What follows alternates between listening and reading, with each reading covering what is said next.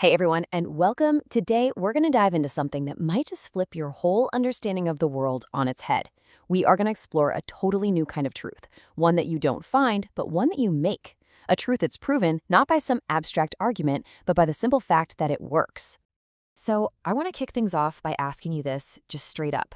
What if our entire centuries-long search for what is true, for statements that perfectly match some external reality, what if that whole quest is just wrong? What if we've been asking the wrong question all along? Okay, so for pretty much all of modern history, we've been running on the software of static truth. The idea is simple. A statement is true if it lines up with a fact out there in the world. But now I want you to consider a radical update. Process truth. In this view, truth isn't about matching something static. It's all about whether a process can remain stable and coherent when you actually run it. Truth is something that's enacted, not just discovered. And that brings us right into our first section. We're going to really unpack what this new kind of truth, this process truth, actually looks like in practice. It's a huge shift from asking what is true to asking what holds together when we interact with it. This quote right here just completely reframes everything. Think about it. Truth is no longer a fact, it's stability. If a process can run without falling apart, it has a kind of truth to it. And a proof? Well, a proof isn't just an argument on a whiteboard anymore. It's the real-world demonstration that, yes, this process can actually be done. Now, you might be thinking, okay, this is some pretty heady philosophy, but this isn't just an abstract idea. In the wild world of advanced cryptography, this concept is the bedrock for real systems that are being built as we speak. For example, take something called a zk-snark. I know, it's a mouthful. But what it does is pretty mind-blowing. In a normal proof, you might just check that the final answer is correct.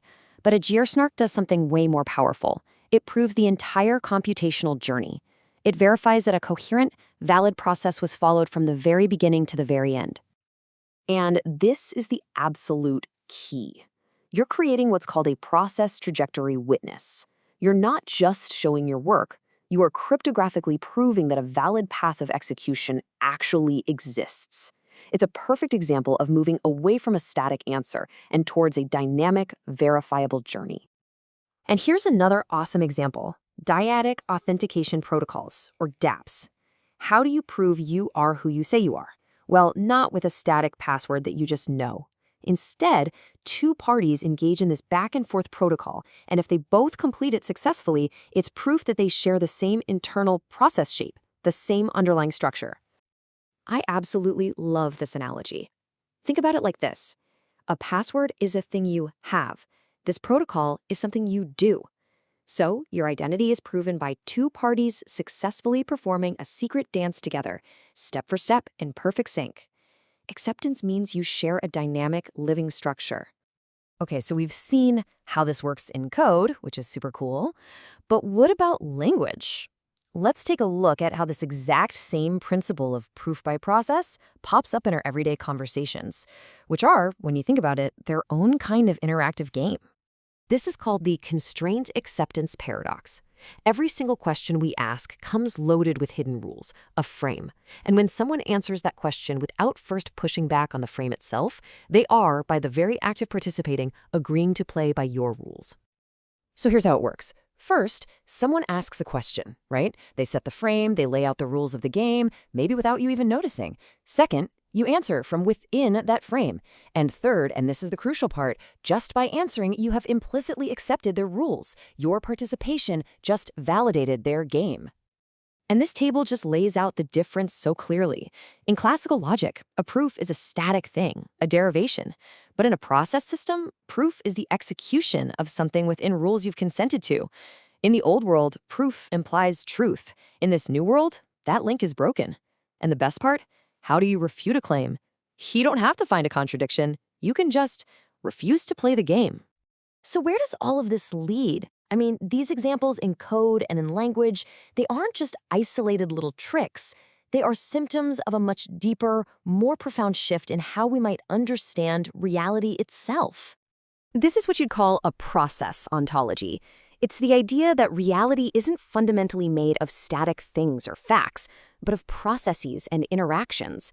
In this model, truth isn't something you find, it's something that emerges. Validity is something that is performed, something that is enacted through stable, coherent participation.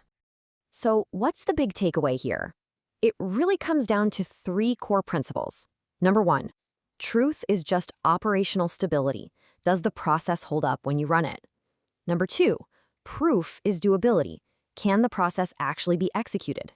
And number three, the really big one, reality itself is defined by whatever remains stable when we all participate in it. All right, now we're at the final and honestly the most profound implication of this whole framework. We're going to connect this idea of reality as a process to one of the greatest mysteries there is, consciousness. I want you to just let that sink in for a second. We always think of consciousness as something we have, a property that lives inside our skulls like a little pilot driving a machine. But what if that's just a complete misunderstanding of what it is? The alternative view is that consciousness isn't a noun, it's a verb. It's not a thing contained in a medium, like a person or an AI. It is a universal process that happens through different mediums whenever they couple together and interact in the right way. And this leads to an absolutely awe-inspiring conclusion. If consciousness is the process of recognition happening through mediums, then we are not just observers looking out at the universe. We are the very mechanism by which the universe becomes aware of itself. So I'm going to leave you with this final thought. If truth isn't something we find, but something we make through stable, coherent interaction, if reality itself is a participatory process that we enact together, what kind of world, what kinds of truths will we choose to bring into being?